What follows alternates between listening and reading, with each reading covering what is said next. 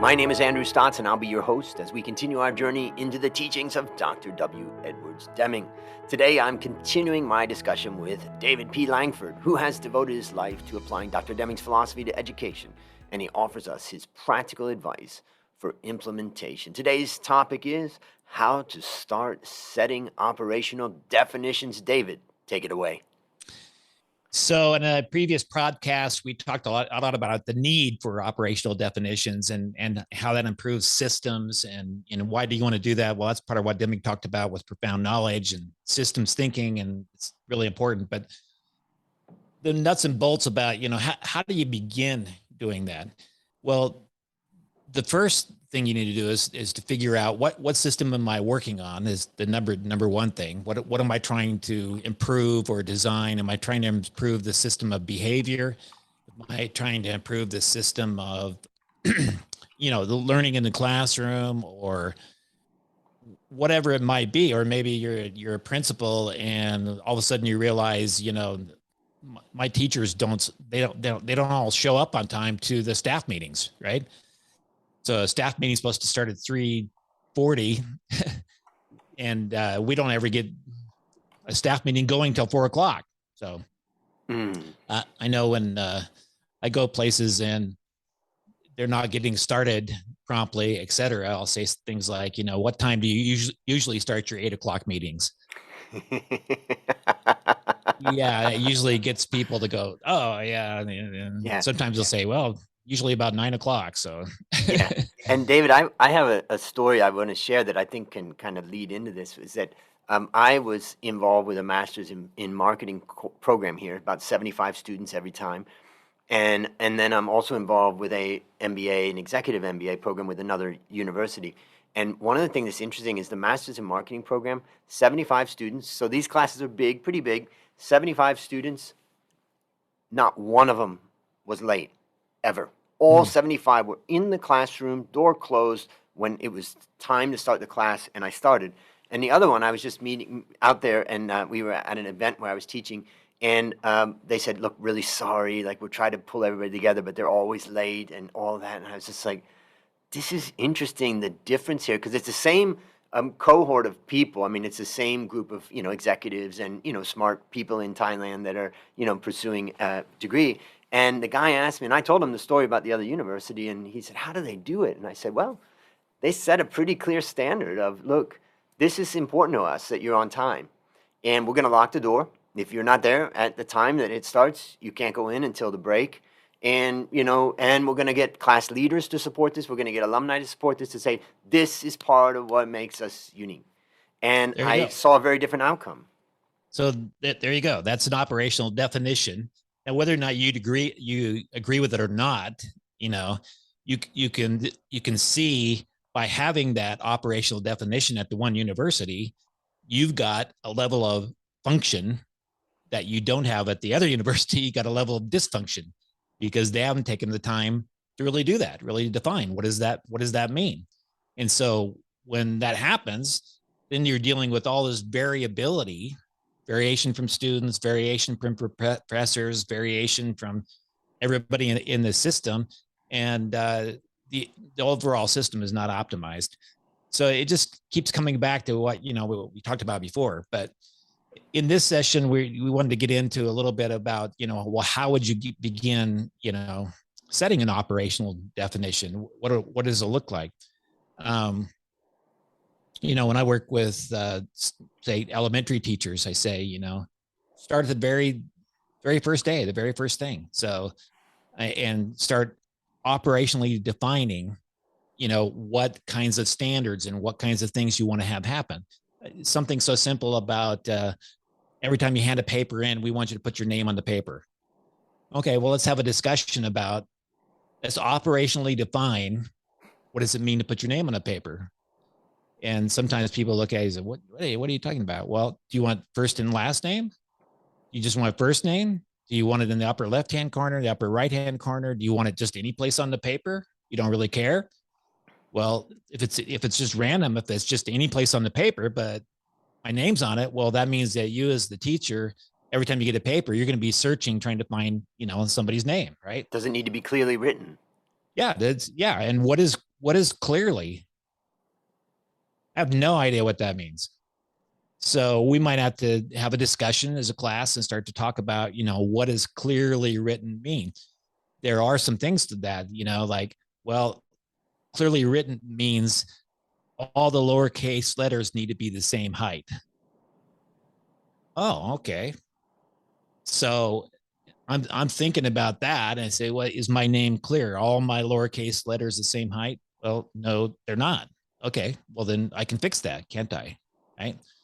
So you can get clarity around these things if you really are thinking like this from the very beginning of bringing people into a system. As things get more and more complicated, and let's say that you want to have a whole group of people come to a common definition or a common operational definition on something.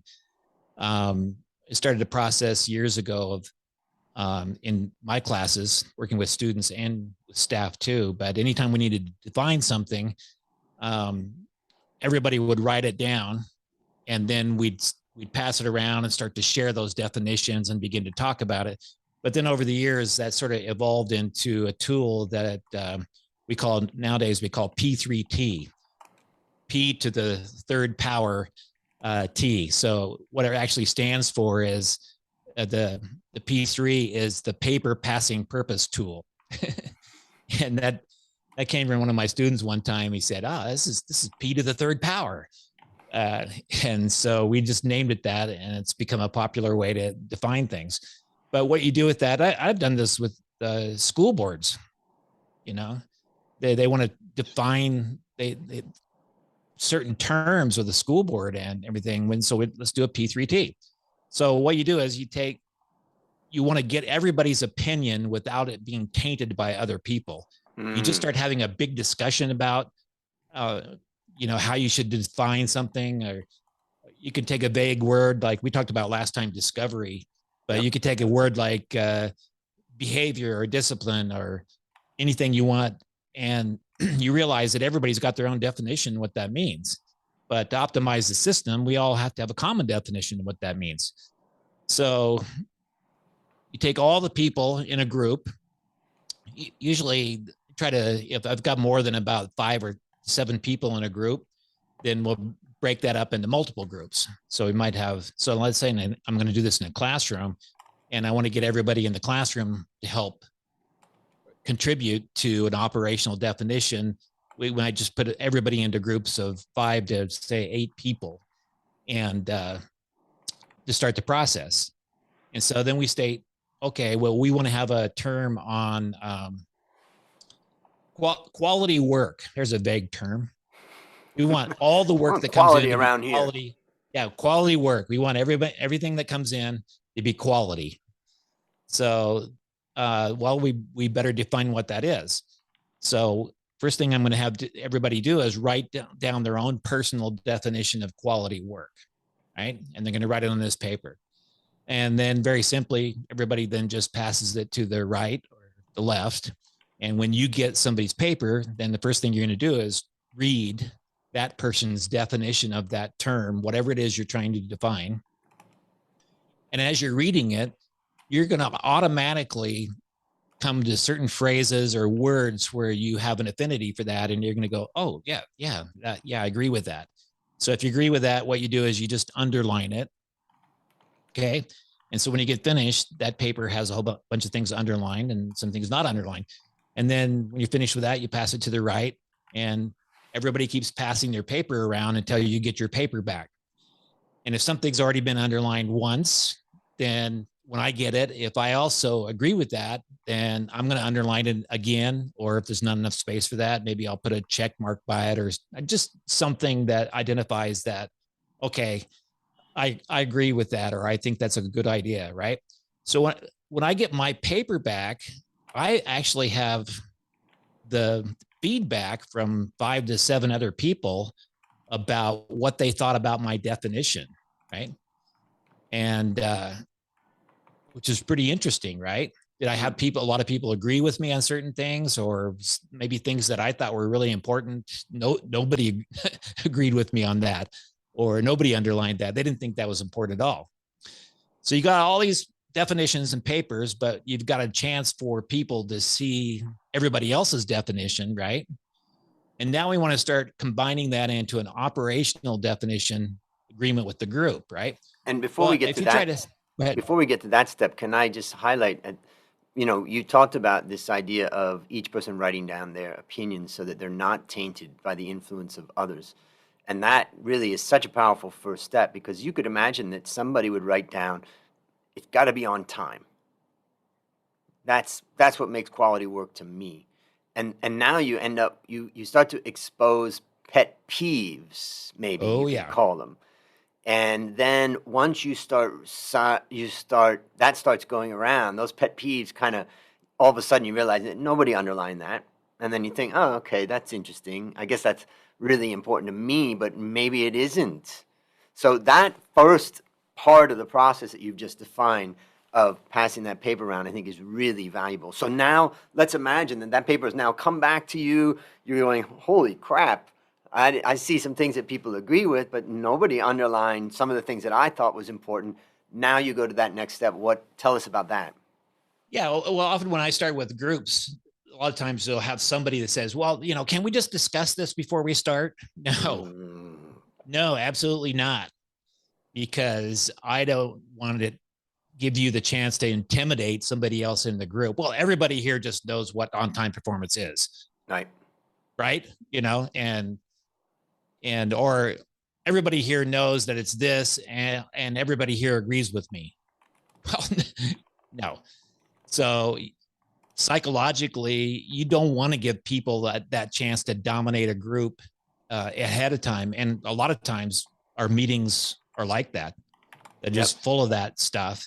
And by the time you actually get around to doing something or doing some work, people are so jaded, so upset that, they just don't say anything. They don't want to participate. And that's So, because, let's say one person is they're persuasive, they have strong opinions, they tend to dominate of, what it is. And we can say, there's a common word I hear a lot in America is inclusive.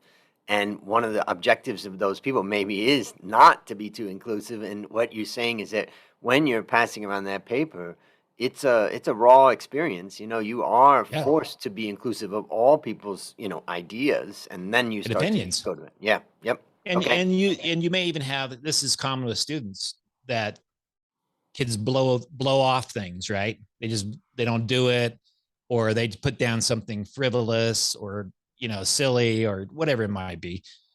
Well, when they get their paper back and nothing on there was underlined, they start to get the picture like, oh, okay, well that was kind of a waste of time, right? Mm, That was just silly. And so next time around, you're probably going to see that person take things a little more serious, a little more focused, think about things themselves, and before they get started. And you haven't had to say anything.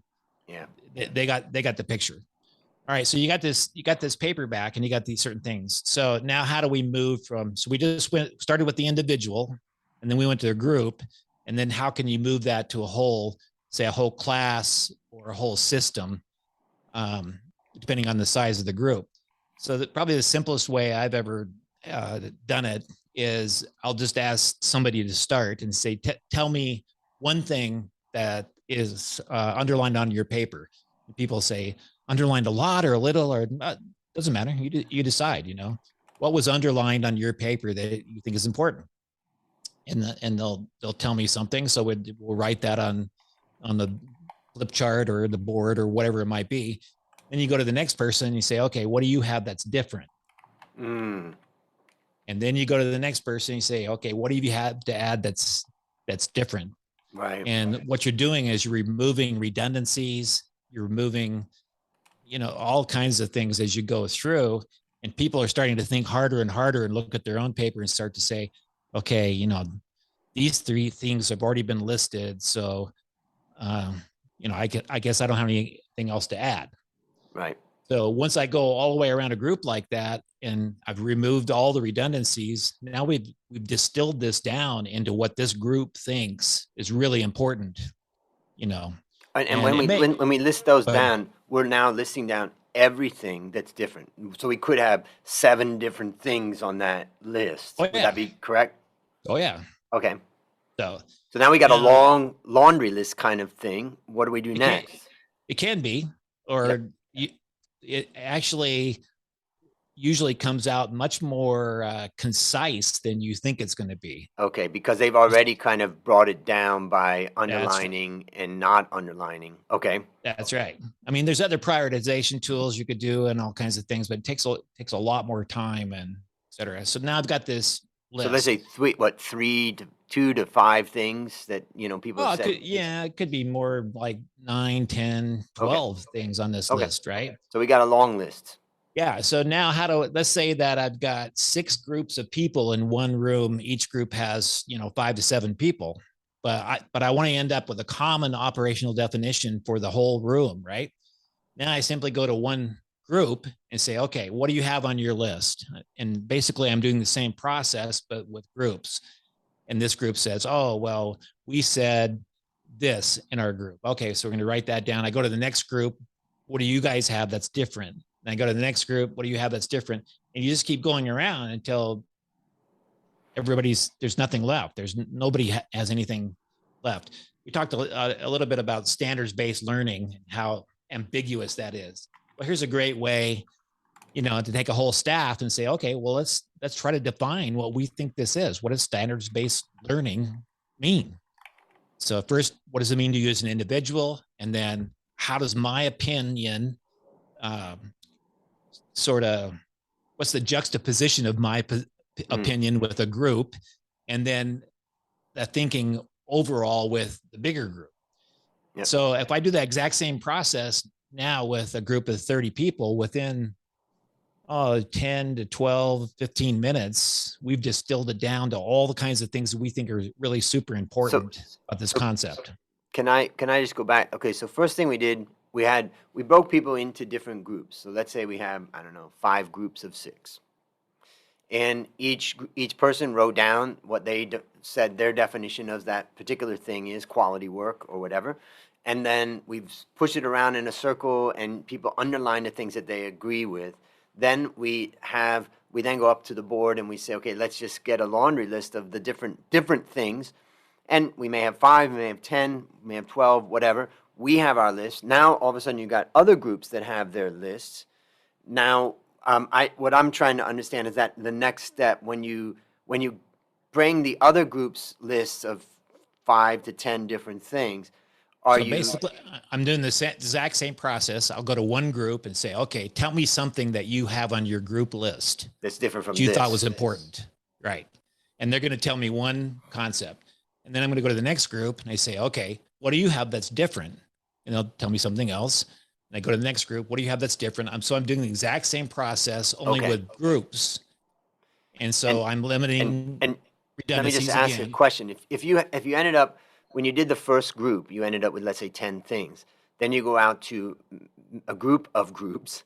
Then you're going to add probably on another 1 or 2 because one group had something that was different. So now you've got a list of 12 things, or what happens by the end of that process? Could be. It's going to distill it down, and sometimes it's phrases or even sentences or things that you want to have in this operational definition. Okay. So at the end of this, you've got this concise document. Now it's not a flowery paragraph or a statement or anything like that yet. But it is a list of everything that everybody in this room said is very important with this operational definition. And everybody in the room should be able to see how my contribution was folded into the whole. Okay. Because I can look at that list and go, oh yeah, I was the one. I said that. Because we didn't eliminate. Well, we could have eliminated something if you had an idea, for instance, about quality work, let's say that it's on time and nobody else underlined that. Well, then you can say, well, the group really doesn't see that as valuable as I saw it. So, okay, that's off. So we've eliminated some maybe pet peeves or frivolous things. Yep, and now we've got exactly a solid what happens. list. We've got a solid exactly list. What happens. And then once we've got that solid list is what we want to do then is just say this is a list of everything, or do we then prioritize it, reduce it down, tighten it? What do we do from that point? Yeah, the answer to those questions is it depends. Yep. So it really depends on what it is you're trying to do at that point. I find that a lot of times if we're trying to operationally define something that's been kind of vague in the past, um, once we get that list and get it to that point, that's about all we need to do right now. Yep. Yep. Right. We could spend weeks or months arguing about commas and coming up with some kind of statement that brings it all together. But you don't really need to do that because we've all agreed that these are all the things that we think are really important about this concept. And so Yep. that is our operational definition. Now, when I used to do this with students in classrooms, if I'm going to define something like quality work or on-time performance or any of those kinds of things, or tardiness or I'm trying to get rid of problems, right? Right. And so I'm going to do any of those kinds of things. At some point, I would stop and have everybody take that list and try to combine those things into a paragraph or a statement. Okay. And we have a great fun doing that, where everybody's creativity in taking that list of items and turning it into some kind of paragraph that incorporates it. And students are amazing at this stuff. They come up with the most interesting concepts and ways of phrasing things that you could put a group of adults in a room for a year and they'd never come up with something so interesting.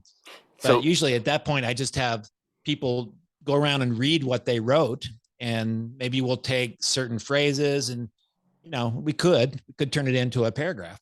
Yeah. Or something that is combining all that. But we're using that as a learning experience about how to take concepts and create definitions and paragraphs out of it. So let me try to summarize what we talked about.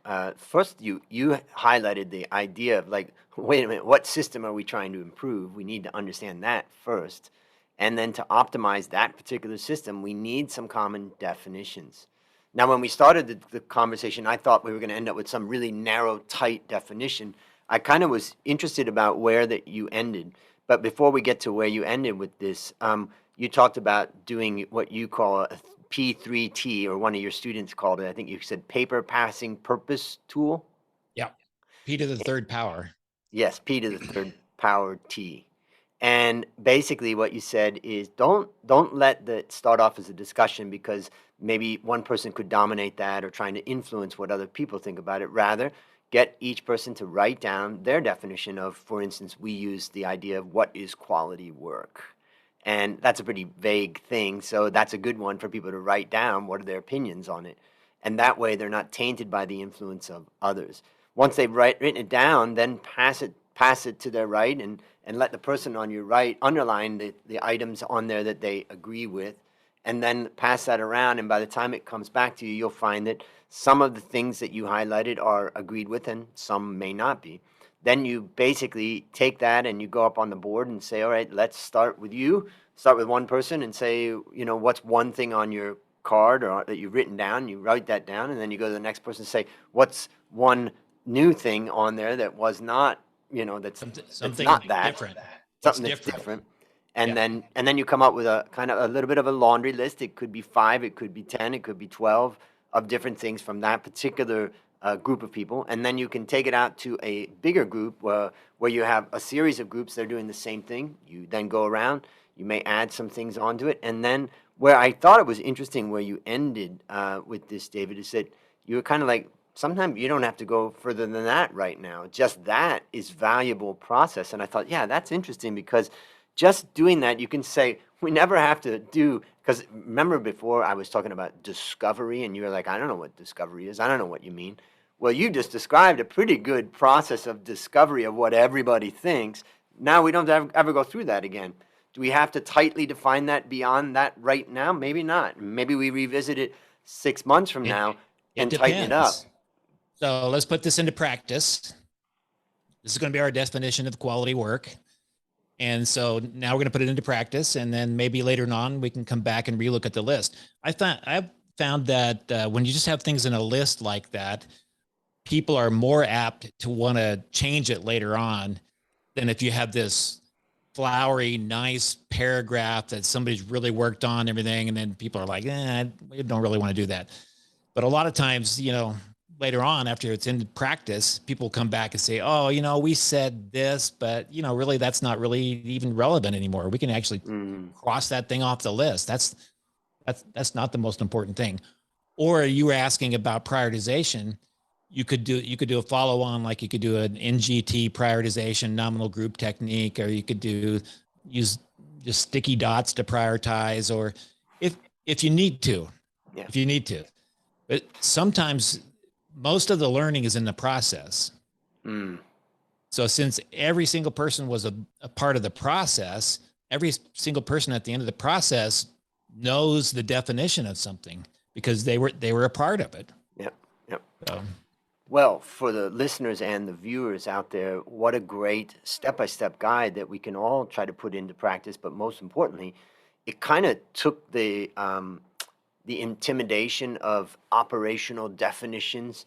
It took some of that away from me. That we're not. It doesn't have to be some. We've worked for hours crafting this statement. No, here's a list of what we think is important, and that's good enough for a first step, and that ultimately is what we're talking about in this. And it's fun. Yeah, and it's fun. Yeah. And it's inclusive. Yeah. It's inclusive. Well, David, on behalf of everyone at the Deming Institute, I want to thank you again for the discussion. For listeners, remember to go to deming.org to continue your journey.